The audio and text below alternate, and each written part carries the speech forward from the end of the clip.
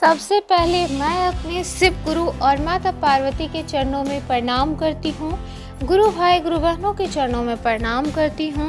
गुरु भाई गुरु बहनों, आज मैं आप लोग के लिए एक ऐसी कथा लेकर आई हूँ। इस कथा को सुनकर आपके दिलों को छू जाएगी। आपका ज़्यादा समय ना लेते हुए मैं कथा की ओर बढ़ती हूँ। तो आज का कथा इस प्रकार है। एक गांव में एक गरीब दुखियारी माँ बाप की एक इकलौती बेटी थी, जो कि उसके घर की बहुत ही गरीबी से बीत रही थी। लड़की का नाम सुनैना था। सुनैना बहुत ही भोली भाली, सीधी सादी, साधारण सी लड़की थी। शिव जी का पूजा किया करती थी और शिव चर्चा में जाया करती थी। उसके माता पिता अपनी बेटी को लेके बहुत ही चिंतित में रहते थे कि इस लड़की से किस घर में मैं विवाह करूं। गुरु भाई गुरु बहनों, माता पिता कभी नहीं चाहेंगे कि उनके बच्चे दुख करें। भले ही वो अपना दुख कष्ट में रह लेंगे, लेकिन अपने बच्चों को कभी भी दुख में नहीं देख सकते हैं। तो उस सुनैना के माता पिता भी चाहते थे कि उसके एक अच्छे घर में विवाह हो, लेकिन कहते हैं कि विवाह में तो दान दहेज देना ही पड़ता है, चाहे वो अमीर घर हो या गरीब घर हो। दहेज का लालच तो हर किसी को होता है। शायद ही ऐसा घर होगा कि जिस घर में दहेज ना लेते हों, सिर्फ एक घर की लक्ष्मी चाहते हैं। सुनैना की पिताजी लड़का ढूंढने के लिए कहीं जाते हैं, तो उसे एक अमीर घर मिलता है। वहां पर जाते हैं, बात विचार करते हैं, शादी को लेके फिक्स हो जाती है। सुनैना का पति जो होने वाला था वह एक अमीर घर से था। वह बहुत ही देखने में सुंदर था और सुनैना भी अच्छी खासी सुंदर थी। तो उसकी सुंदरता को देखकर सुनैना का जो पति होने वाला था वह पसंद कर लिया। और उस समय तो उसके माता पिता ने अपने बेटे की पसंद को लेकर कुछ नहीं बोले, शादी करने के लिए राजी हो गए। लेकिन दोनों की कुछ दिनों बाद शादी हो जाती है और सुनैना के घर जाते ही सुनैना अपने ससुराल में जाती है। पहला दिन तो उसका अच्छे से गुजरता है और फिर दूसरे दिन जब 2-3 दिन बहुत अच्छे से उसके स्वागत किया जाता है, लेकिन जैसे ही सुनैना धीरे धीरे अपने ससुराल में पुराना होते जाती है तो उसका पति उससे बहुत ही दूर रहता था। हमेशा हर छोटी छोटी बातों पर उससे गुस्सा करता था और हमें उसकी सास भी हमेशा ताने मारती, उसकी ननद भी हमेशा ताने मारती, घर का सारा काम करवाती, यहाँ तक कि इतना सताती थी कि बेचारी को एक टाइम का खाना भी नसीब नहीं होता था अच्छे से। जो रूखा सूखा बचा जूठा रहता था वही खा लिया करती थी। और हमेशा रात को बेचारी जब सब लोग सो जाते थे, सिर्फ रात में ही उसे चैन से सोने को मिलता था, या फिर उस दिन भी बेचारी भूखे रह जाती थी तो उसे भूख के मारे नींद नहीं आती थी। ऐसे ही करते करते समय बीतता गया, लेकिन सुनैना शिव जी का पूजा करना नहीं छोड़ी थी। वह हमेशा पूजा करती थी। यह देखकर उसकी सास और ननद हमेशा उसे ताने मारती, तुम क्यों पूजा करती हो। समय बीतता गया। सुनैना की शादी को 10 साल हो गए। उसकी सास और ननद दोनों हमेशा ताने मारती थी, कितना ही तुम भगवान का पूजा करती हो, तो कहाँ हम देख रहे हैं कि तुम्हारे महादेव तुम्हें एक चींटी भी जन्म गोद में दे दिए हैं। इसी वजह से उसे हमेशा ताने मारते, हमेशा उसका पति भी उसे परेशान करता, तंग करता, इसी वजह से कि उसके कोई बच्चा नहीं हुआ है, उसे बच्चे का सुख नहीं दे पाई है। लेकिन कहते ना गुरु भाई गुरु बहनों कि भगवान का आशीर्वाद देर होता है लेकिन अंधेर नहीं। तो बस सुनैना के भी साथ भी ऐसा ही था। वह ऐसे ही, लेकिन अपने शिव जी के प्रति अपनी आस्था भक्ति को नहीं छोड़ी।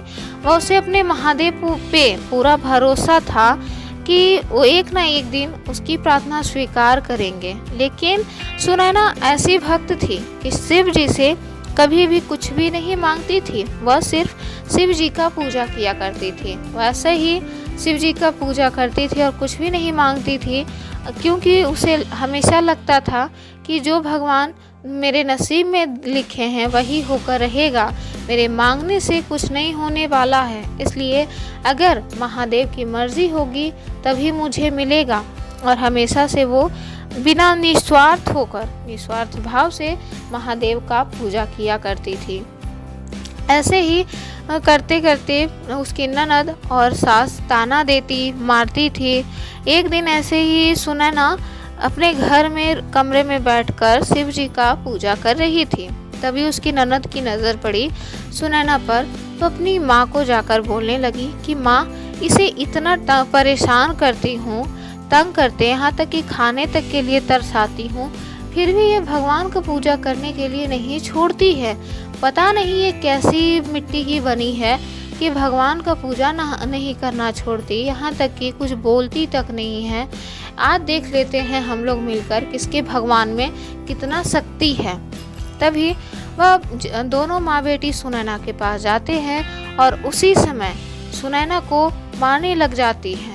उसे बाल टान के बहुत ही गंदी गंदी गालियाँ देती है और मारती है, जिससे सुनैना बहुत चोट दर्द होने के कारण रोती है और अपनी सास और ननद को कहती है, मुझे छोड़ दीजिए माँ जी, मुझे छोड़ दो दीदी, मुझे दर्द हो रहा है। लेकिन कोई सुनवाई नहीं। तभी यह उसे अपने महादेव का याद आता है और महादेव से प्रार्थना करने लगती है कि हे महादेव, अब आप ही कुछ करिए, अब मुझसे सहन नहीं हो रहा है। आज तक मैं आपसे कुछ नहीं मांगी हूँ महादेव, अब बस भी करिए महादेव, अब मुझसे सहन नहीं हो रहा है। तभी यह देखकर महादेव देख रहे थे और माता पार्वती ने यह सब देखकर माता पार्वती शिव जी से कहती हैं, प्रभु, आप अपने भक्त को इतनी कष्ट में क्यों कैसे देख पा रहे हैं? आपकी सुनैना कितनी बड़ी भक्त है, आप उसकी सहायता क्यों नहीं करते हैं? बेचारी हमेशा बचपन से ही आपकी सच्चे मन से पूजा करती आई है, कभी भी आपसे कुछ नहीं मांगी है, फिर क्यों आप उसकी सहायता क्यों नहीं करते हैं? तो महादेव कहने लगे, प्रिय, ये तो उसके भाग्य का दोष है, इसमें मैं भी कुछ नहीं कर सकता हूँ। लेकिन कहते हैं ना, लेकिन अब उसकी सहायता तो ज़रूर होगा, क्योंकि उसके सास और ननद का पाप का घड़ा भर गया है। तो गुरु भाई गुरु बहनों, कहते हैं कि अगर पाप का घड़ा भर जाता है ना, तो फिर उसके जीवन में जो उत्पात मचती है कि वह बर्दाश्त करने लायक नहीं होता है। सुनैना की सास और ननद के भी साथ ऐसा ही कुछ हुआ। तभी शिव जी का क्रोध उन दोनों पर पड़ा। उन दोनों को शिव जी ने इतना क्रूप कर दिए, दोनों माँ बेटी को इतना क्रूप कर दिए कि कोई अगर देख लेना एक झलक तो उससे डर जाते थे। उसी से दोनों सुनैना की सास और ननद अपनी क्रूरता को लेके जब भी देखती आईने में तो वह खुद डर जाती थी। सुनैना के ससुर और बेटा जब भी देखता अपनी माँ और बहन को तो इससे वह हमेशा डर जाता था। सुनैना का पति अपनी माँ और बहन से पूछने लगा कि ऐसा क्यों हुआ, ऐसा कैसे हो गया। तभी सुनैना की माँ और बहन दोनों सारी बातें बताई। तभी यह सुनकर सुनैना का पति को अपनी भी गलती का एहसास हुआ और साथ में अपनी माँ और बहन को भी गलतियों का एहसास दिलाया। वह कहने लगा कि माँ, हमने जो गलती की है उसी का परिणाम है, तो आप अब मेरे साथ चलिए। तभी सुनैना का पति अब अपनी पत्नी सुनैना के पास आता है और सुनैना से क्षमा मांगने लग जाता है। यह देखकर अपनी सुनैना सास और ननद को देखकर बहुत ही उदास हो जाती है कि ऐसा क्यों हो गया, क्योंकि सुनैना भी नहीं चाहती थी, उतना सहने के बाद भी सुनैना नहीं चाहती थी कि उसके ससुराल पर आ जाए।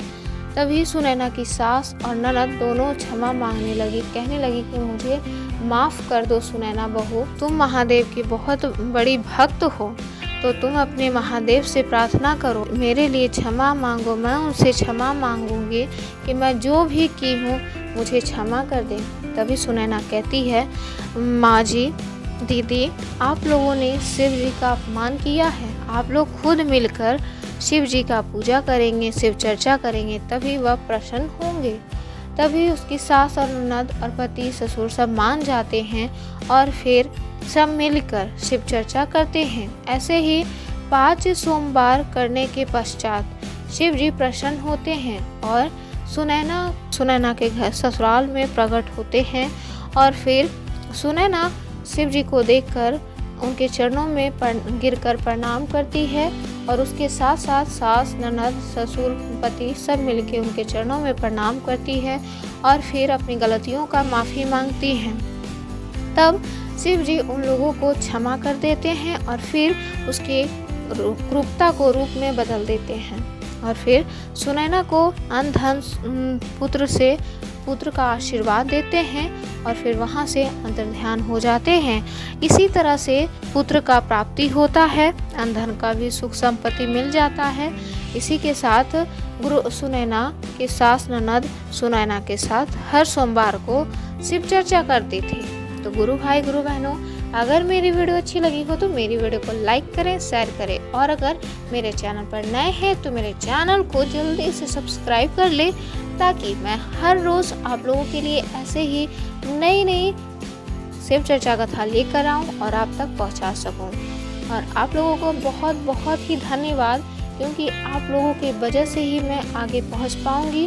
तो मुझे सपोर्ट करने के लिए धन्यवाद। हर हर महा